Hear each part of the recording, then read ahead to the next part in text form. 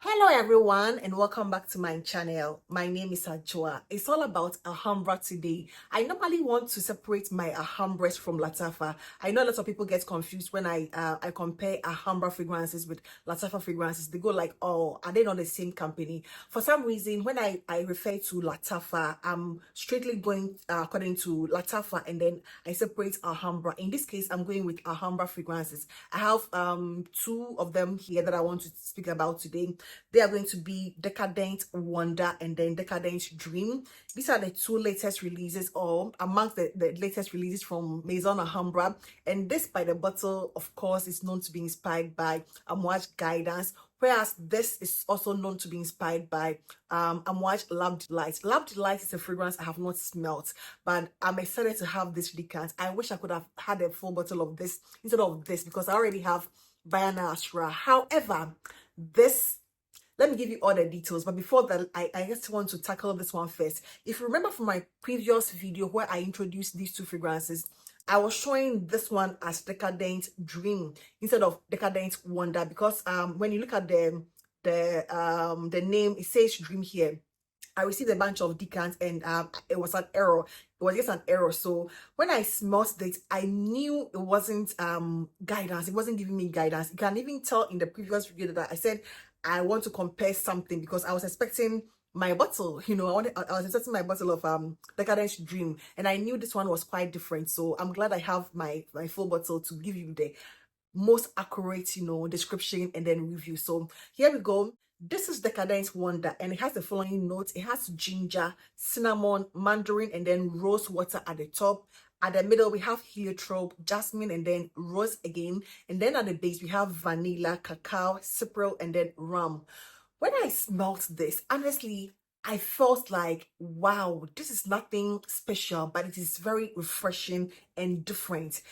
To me, it's a very beautiful, curated garden. It smells like a very beautiful curated garden. Like the freshness of the, like a very fresh morning, you wake up and you walk into a very curated garden. It smells lightweight, fresh, jasmine. Jasmine is the most dominant note I smell in this, aside the citruses. But when it comes to the floral, is the jasmine I get.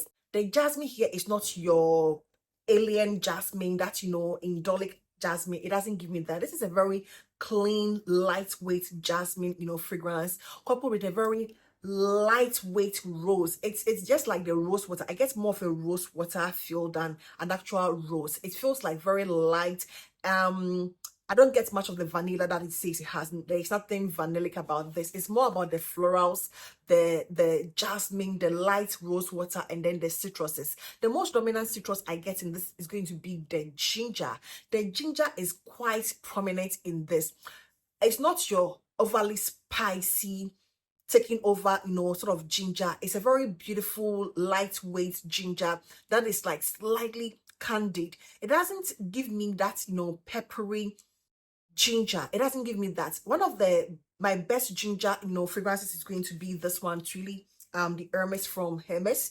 It doesn't necessarily give me the same sort of ginger. I'm just making the reference because it's the most dominant sort of ginger fragrance that I have. It doesn't give me truly the Hermes ginger, which is quite spicy, although very fresh. It's more of a very lightweight, citrusy, slightly candied ginger, and then the mandarin or the oranges, something quite light and bright about it. So it's like part, half part citruses and then half part florals, and I get a very beautiful, garden like jasmine, like a very well curated, rich man's or rich people's home garden sort of feel. It gives me the perfect jasmine, and rose garden, and basically that's what this one gives me. I feel it is quite feminine leaning. It gives me more of a feminine vibe than anything masculine. So I would not necessarily say it's like a freshy, so men can also enjoy. But I feel like it's more of a feminine, almost bridal, almost bridal sort of feel to me. It's like the perfect like garden wedding scent. To me, the perfect garden wedding scent. I can't compare it to the original Love Delight, however, when it comes to Maison Alhambra, and even with the one that I'm going to move on next, it is a good one. That is why I would love to believe this is also a good interpretation of the Love Delights by Amouague. And this is going to be my description of Decadent Wonder. A very beautiful one. Longevity is good. It's not a skin scent. It's going to give you around 4 hours on skin, and it lingers. Although it's not beast mode, it is not, but it's going to linger on your clothes for the next 8-10 hours, but on skin, you're getting at least a minimum of 4 hours. It's a good one. So that is going to be it for Decadent Wonder from Maison Alhambra. Let's move on to this one that I know a lot of people might be super curious about, because in as much as a lot of us are used to Bayan Ashra, we always said, or I personally said, it is not like 100% accurate to me. It feels like the EDT version. I feel Bayan Ashra is more watered down, more like the EDT or the La Rose feel of Amouague Guidance, although very identical to me, especially after maturation. I want to just clarify something. I had someone asking me why I don't show my bottles. I don't have a lot of my bottles, and I feel like I always explain myself in some of these videos that I do. I traveled for a while, took a bunch of my fragrances, and coming back I couldn't bring everything along, so I have shipped those bottles, and that is why I don't have a lot of my fragrances, including my Bayan Ashra. So I asked a friend to give me a decant of hers, and that is what I'm going to use for the comparison between Bayan Ashra and then Decadent Dream. So these both fragrances are inspired by Amouague Guidance, and let me concentrate on this one first, because that is what I want to dedicate a lot more time. This has the following notes. It has pear, hazelnut, and then incense at the top. In the middle, we have osmanthus, rose, saffron, and then jasmine sambac. And then at the base, we have sandalwood, vanilla, amber, and then labdanum. It doesn't necessarily give me the same exact note as Guidance, except for the top notes, the hazelnut, and then the pear, and the rose. That is what some of the notes they have in common. However, to me, between this and then Bayan Ashra, I'm just simply going to say this is good, but this is great. This is not going to give you that intensity of Amouague Guidance. I have a sample of Amouague Guidance. Let me just quickly look for it here. I got a bunch of decants from Saint's Plates a while ago, and it includes this Guidance, and I've been savoring it for a while. So when I compare this to Bayan Ashra, I'll say this is the closest to me in terms of it not being like the EDT version. It's going to give you, or it's giving me Guidance.